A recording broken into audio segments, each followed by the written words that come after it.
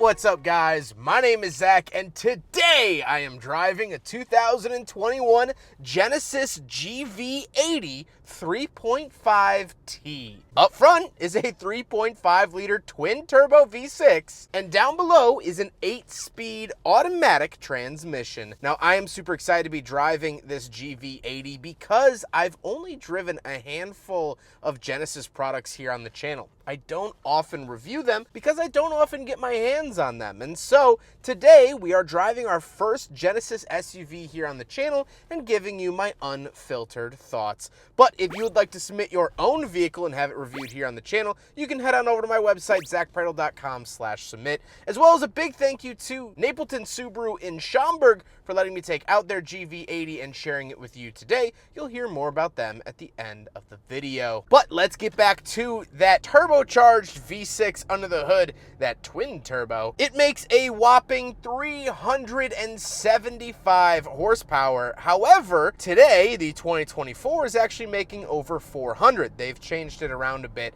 for the 2024 model year. So if you do want more power, you could seek out a brand new one. But this has 375, and I think it is most certainly very, very adequate. Like I said, paired to it is an 8-speed automatic. So far in my time with the GV80, it's been smooth, quiet, and uninvasive, which is all I can really want out of a modern automatic transmission. Last but not least, this particular GV80 is all-wheel drive. So how does it feel to drive the GV80? Well, it drives really, really nice. Everything is very smooth. There is a little bit of road noise, which I would have expected to not really hear much of in a luxury SUV. It's a little bit more than usual, but I am on a decently noisy road. Steering is a little heavy. However, with the different drive modes, you can actually adjust that sensitivity, so not really an issue. Visibility is pretty good for being an SUV, and overall, I have to say I enjoy driving the GV80. With that stuff out of the way, let's talk about the interior. Well, in front of me, I have a mix of physical and digital gauges.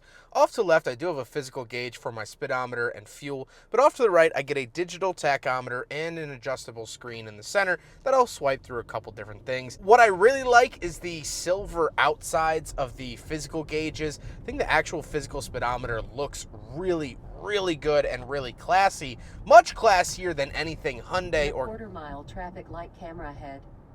All right.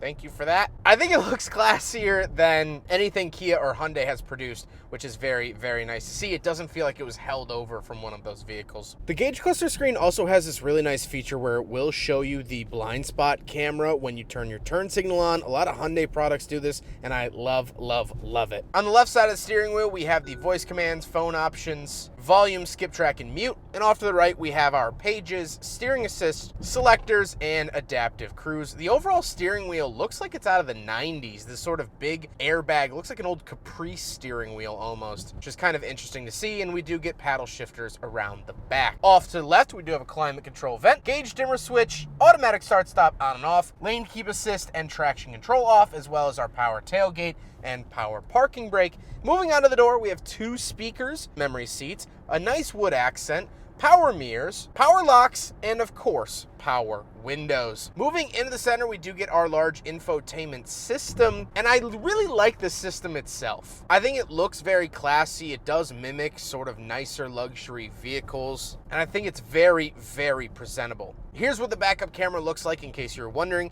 and this does also feature a 360 camera, which is very, very helpful. And of course, this does have Apple CarPlay and Android Auto. I do also have passenger talk, which basically uses the microphone up here and projects your voice throughout the rest of the vehicle. If you wanted to kind of get a sample of what that would sound like, I know the visual probably isn't great, but this is what the thing sounds like. Passenger talk. Very cool. However, this system is controlled by a very annoying system that we'll talk about later on. Down below that, we have some climate vents and our climate controls, along with a couple radio buttons for like media, setup, map, navigation, things like that. But I do really like the layout of the climate controls. I love that they're physical controls for the most part. We do have a screen for the heated seats and AC, but other buttons are physical, and I like to see that. I think it's integrated really well. Down below, we have this openable little cubby with a wireless charger, USB-A, inputs and chargers. And overall, I really like that you can close this and you don't have to worry about it. Moving up to the center console, off to the right, we do have cup holders. We will do a big friggin' bottle test here in the GV80. And unfortunately it fails, but very, very predictable. And off to the left, we have our volume and tune, home and back, but then we have our touchpad for the screen. Now you can either swipe your finger across it or push down on one of the sides to go left, right, up, or down. I think this system is incredibly stupid and terrible. Lexus did this in the mid-2010s, and it was awful. I don't know why Genesis saw that and said, hey, let's make an equally terrible piece of equipment and put it in our cars. I really, really dislike using this, mainly because if I hit a bump or take a corner, my finger slides, I'm doing something weird, I have to focus on what I'm doing with this, which takes my eyes and ears off of the road, which is not a safe thing to do. Down below that, we have a shifter. I don't love the shifter either. It takes a little bit of getting used to. However, I understand how Genesis was trying to push a more luxury feel to it, and I think they achieved that. I like the way that it looks. I just don't like using it, but hey, you put it into drive and then you forget about it. Down underneath the cup holders, we do have our drive mode select. So we have snow, eco, comfort, sport, and custom. We have our center diff lock, hill descent control, parking sensors on and off, and I like how clean and concise that little cluster of buttons is. Then we get an opening center console with nothing in it, but one button opens up both sides. Take notes, Lexus. Take notes. Now, the seats are really, really nice. This is one of the cornerstones of the GV80. They are power, they are memory, they are heated, they are ventilated, and they do have a very supple but fair massage feature. In the infotainment, this is called Ergo Motion Seat, and I can change the duration of it, normal or strong, as well as I have like smart posture care, seating access. Really, really nice seats. However, speaking of seats, we do have back seats. So let's go do a back seat review. So we're in the back of the 2021 Genesis GV80, and a couple of things to note. First of all, I do have my own climate controls down here for fan speed and temperature. A lot of companies either do one or the other. Heated seats back here as well, which I am pleasantly enjoying on this cold January morning. 2 USB-A outlets and a wall outlet, a traditional wall outlet, which is phenomenal. 2 speakers in the doors over here. We do get a center console that I can pull down, pop out. Very slow popping out cup holders. All right, you done? All right. So very nice to see that. And something that's interesting is that the second row, you can actually adjust. So when I got in the back, it was scooted all the way forward and I had no leg room, but you could scoot it back. And this is a lot more comfortable. Still not as much room as I would have expected in a bigger SUV like this, but my knees aren't hitting the seat in front of me. My head isn't hitting the ceiling, and that's all I can really ask for. So let's hop out. We'll take a quick look at the trunk and cargo space, and then we'll talk about the looks. So press and hold here on the key fob, and it does have, ooh, that's a quick tailgate. That is a quick tailgate. Oh, that's impressive. Once we are back here, of course, these are the all-weather floor mats that will go in the vehicle when it is sold from Napleton Subaru. But we do have a 12-volt outlet back here, and we have power for the second row to fold down.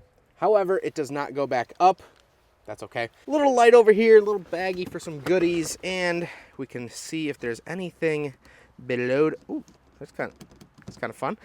Below the carpet here, pull this up, and we get some storage and things like that. So nothing terribly crazy in the back of the GV80, but still very cool to see. Let's put this back seat back up. Ooh, kind of heavy with that. Jeez. So very, very neat. Now we got to talk about the looks, and I actually really like the look of the GV80. I think it's very dignified. I think it has its own personality, separate from anything that Hyundai or Kia might produce. And whenever I see one, I get happy. I love the wheel design. I like the headlights and taillights, and overall, it's a very cohesive luxury SUV, and I think that that's what they were going for. So this vehicle does have Smart Park. So I think I have to hold it to start it. There we go. And then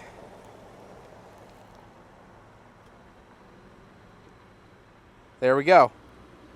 Oh, that's creepy. It's weird with an engine noise. I've had plenty of EVs do this, but yeah, this comes with this feature, which is super, super nice.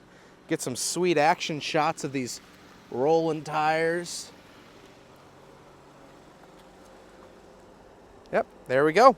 Very, very cool to see Smart Park available on the GV80. However, with all of this being said, let's get on to my final thoughts. What do I think driving a Genesis GV80 for the very first time? Well, I have to say that I like most of this vehicle. Let's get the downsides out of the way. Honestly, that trackpad in the center is terrible, and the shifter isn't lovely. The steering wheel looks kind of awkward, and I think if they used a different material in here, just something to spruce up the interior ever so slightly, maybe tan door cards, something like that, which I'm sure were offered, just not on this particular vehicle, I think I'd like being in here just a touch more. But barring that, I really like this vehicle for a new company. Genesis has not been around for very long in the grand scheme of luxury vehicles, and so they're playing a little bit of catch up. And I think they're doing it really, really well. I think a lot of people write off Genesis because they're like, oh, it's just Hyundai, and people have this weird connotation that comes with the Hyundai brand. Hyundais are fantastic. I've loved most of the Hyundai products that I've driven. There's going to be an outlier in every company, but Hyundai is very solid through and through. And so it's no wonder that this vehicle is also solid through and through. You have to remember this is kind of a toddler in the luxury SUV game, and when measured by that metric, I think it does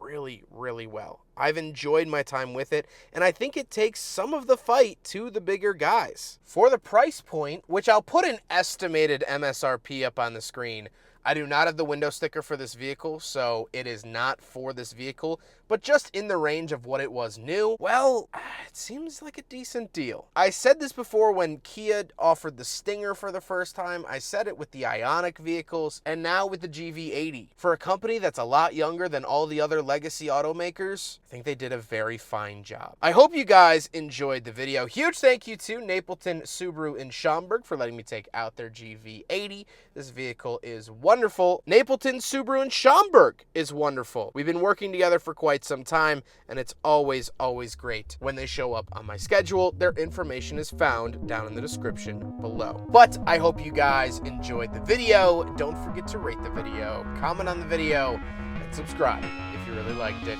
Take care, guys.